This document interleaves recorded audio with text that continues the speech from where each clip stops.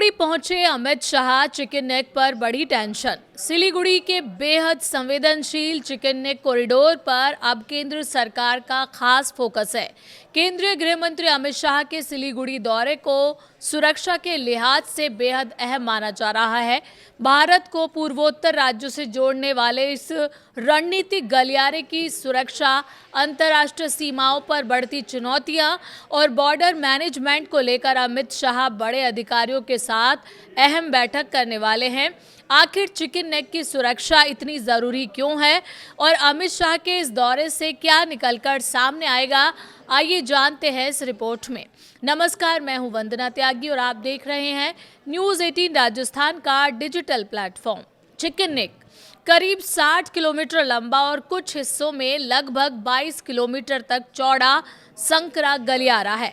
भारत के लिए इसकी अहमियत इसलिए बेहद ज़्यादा है क्योंकि पूर्वोत्तर के 8 राज्यों तक सड़क और रेल संपर्क का बड़ा हिस्सा इसी इलाके से होकर गुजरता है।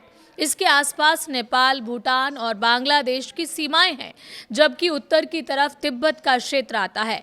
ऐसे में इस इलाके की सुरक्षा को लेकर सरकार लगातार सतर्क रहती है। सीधे शब्दों में कहें तो अगर इस कॉरिडोर में किसी तरह की सुरक्षा समस्या पैदा होती है तो इसका असर पूर्वोत्तर से देश के बाकी हिस्सों के बीच संपर्क पर पड़ सकता है।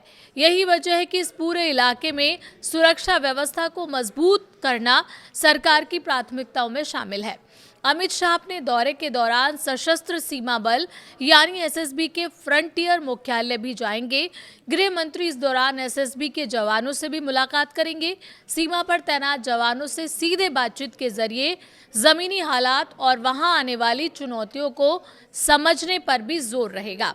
खासकर निगरानी, खुफिया जानकारी, स्थानीय स्तर पर सुरक्षा एजेंसियों के तालमेल और तकनीकी संसाधनों से जुड़े मुद्दे अहम रहेंगे। एसएसबी की जिम्मेदारी भारत नेपाल और भारत भूटान सीमा की सुरक्षा की है। भारत नेपाल सीमा करीब 1751 किलोमीटर लंबी है, जबकि भारत भूटान सीमा लगभग 699 किलोमीटर की है।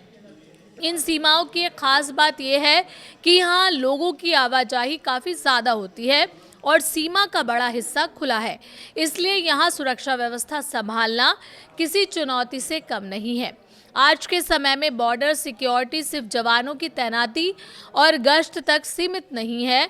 ड्रोन, सीसीटीवी कैमरे, सेंसर, बेहतर कम्युनिकेशन सिस्टम और डेटा आधारित निगरानी जैसे आधुनिक साधनों की भूमिका भी लगातार बढ़ रही है।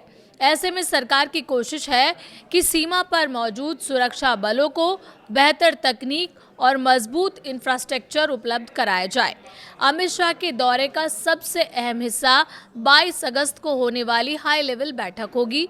इस बैठक की अध्यक्षता गृह मंत्री करेंगे। इसमें अंतर्राष्ट्रीय सीमा की सुरक्षा और बॉर्डर मैनेजमेंट से जुड़े मुद्दों को रिव्यू किया जाएगा। बैठक में सुरक्षा बलों के अलावा गृह मंत्रालय और पश्चिम बंगाल सरकार के वरिष्ठ अधिकारी भी शामिल होंगे। बैठक में सीमा से जुड़े मौजूदा इंफ्रास्ट्रक्चर प्रोजेक्ट्स की प्रगति पर भी चर्चा होने की संभावना है। साथ ही अलग अलग सुरक्षा एजेंसियों के बीच रियल टाइम कोऑर्डिनेशन को बेहतर बनाने पर जोर दिया जा सकता है। इसका मतलब ये है कि सीमा पर किसी भी संदिग्ध गतिविधि या सुरक्षा चुनौती की जानकारी मिलने पर अलग अलग एजेंसियां तेजी से एक दूसरे के साथ जानकारी साझा कर सकें। सिलीगुड़ी की अहमियत सिर्फ भारत नेपाल और भारत भूटान सीमा की वजह से नहीं है। पश्चिम बंगाल की बांग्लादेश के साथ भी लंबी सीमा लगती है। राज्य का उत्तरी हिस्सा नेपाल और भूटान के करीब है, इसलिए सिलीगुड़ी में होने वाली इस बैठक को पूरे पूर्वी और पूर्वोत्तर क्षेत्र की सुरक्षा व्यवस्था से जोड़कर देखा जा रहा है। अमित शाह अपने दौरे के दौरान 3 नए आपराधिक कानूनों को लेकर एक प्रदर्शनी का उद्घाटन भी करेंगे। इसमें भारतीय न्याय संहिता यानी बीएनएस, भारतीय नागरिक सुरक्षा संहिता यानी बीएनएसएस और भारतीय साक्ष्य अधिनियम यानी बीएसए से जुड़े प्रमुख प्रावधानों की जानकारी दी जाएगी। ये कानून 1 जुलाई 2024 से लागू हुए थे और इन्होंने पुराने आपराधिक कानूनों की जगह ली है। कुल मिलाकर अमित शाह का सिलीगुड़ी दौरा सिर्फ एक सामान्य सरकारी दौरा नहीं माना जा रहा है। चिकन नेक की रणनीतिक अहमियत, नेपाल, भूटान और बांग्लादेश से लगती सीमाएं और पूर्वोत्तर देश के बाकी हिस्सों से जोड़ने वाला ये महत्वपूर्ण कॉरिडोर, इन सभी वजहों से यहाँ सुरक्षा व्यवस्था बेहद संवेदनशील है। अपडेट के लिए बने रहिए हमारे साथ और देखते रहिए न्यूज़ 18 राजस्थान।